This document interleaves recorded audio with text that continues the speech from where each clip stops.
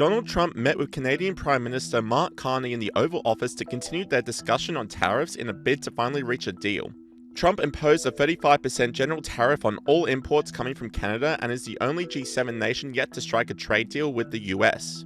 When asked about the delay in doing a deal, Trump gave his signature response which left the press pack in stitches. So then what's holding things up? If he's a great man and you want to do a deal with Canada, why aren't you? Because I want to be a great man too. Thank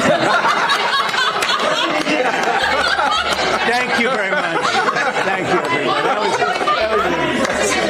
That could have been. I think you got that one. That could have been. Thank you very much.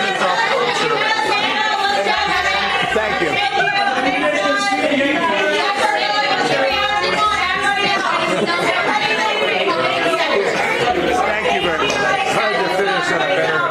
The press then doubled down, asking again how the two nations can reach a deal. Are you willing today to offer some compromise to Canada, maybe on steel, on anything else? Well, we've made compromise, and we've made some compromise even on steel. But, you know, we have the same basic authority and the same basic, this could be also a little bit of a conflict with other countries all over the world on steel, because we want to make our own steel. We don't want to bring steel in for the most part, but we will bring it in, and we do bring it in. We continue to bring it in from Canada, but there is a tariff to pay. And I think that would be a normal thing to say, but we've come a long way. I think, Howard, we can truly say, do you want to make a comment on that? Well, I think the opportunity to work together, but as you said, there's conflict. You know, why do we make cars in Canada? You've called that out, and you've addressed that. So there are places we should work together, and there are places that we have natural conflict. It's a tough situation because we want to make our cars here. At the same time, we want Canada to do well making cars. So we're working on formulas, and I think we'll get there. And whilst the mood was relatively friendly, Trump didn't miss an opportunity to slam wokeness, which he has criticized Carney and Canada for in the past. What would it take for you to drop or lower your tariffs on Canadian sectors, including aluminum and steel? Well, we're going to be talking about that with the Prime Minister. We'll be talking about tariffs. We'll be talking about a lot of that, but that's for a little bit later on. Let's acknowledge our great ambassador. Is he doing a good job? He's doing a good job. Otherwise, I'll get him out of there so fast. This online commentator blasted the Prime Minister, saying, breaking, Donald Trump absolutely obliterate Mark Carney to his face. Carney's face says it's all the architect of net zero and work is number one.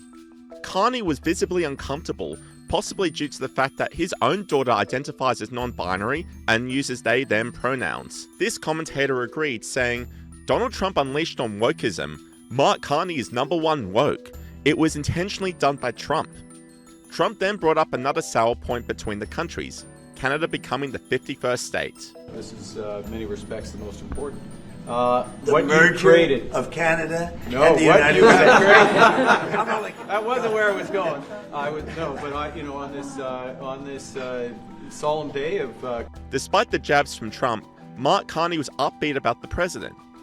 You kindly hosted me and some of my colleagues a few months ago, and I said at the time, you are a transformative president. And since then, the transformation in the economy, unprecedented commitments of NATO partners to defense spending, peace from India, Pakistan through to Azerbaijan, Armenia, disabling Iran as a force of terror, and now, and I'm running out of time, but this is in many respects the most important. The what merger you created of Canada no, and the what United you have States. created. Sky News host Andrew Clennell slammed Carney, saying he was sucking up to Trump. Just wanted to show this meeting with Mark Carney, the Canadian Prime Minister, overnight, because my thesis is Anthony Albanese won't be doing this. Mark Carney's second meeting there, you'll hear him here in the Oval Office in front of reporters suck up to Donald Trump. And it doesn't really work because Trump then goes on about the 51st state again. Having said that, the entirety of the meeting was jovial banter between the two. So it kind of depends what mood Donald Trump's in. But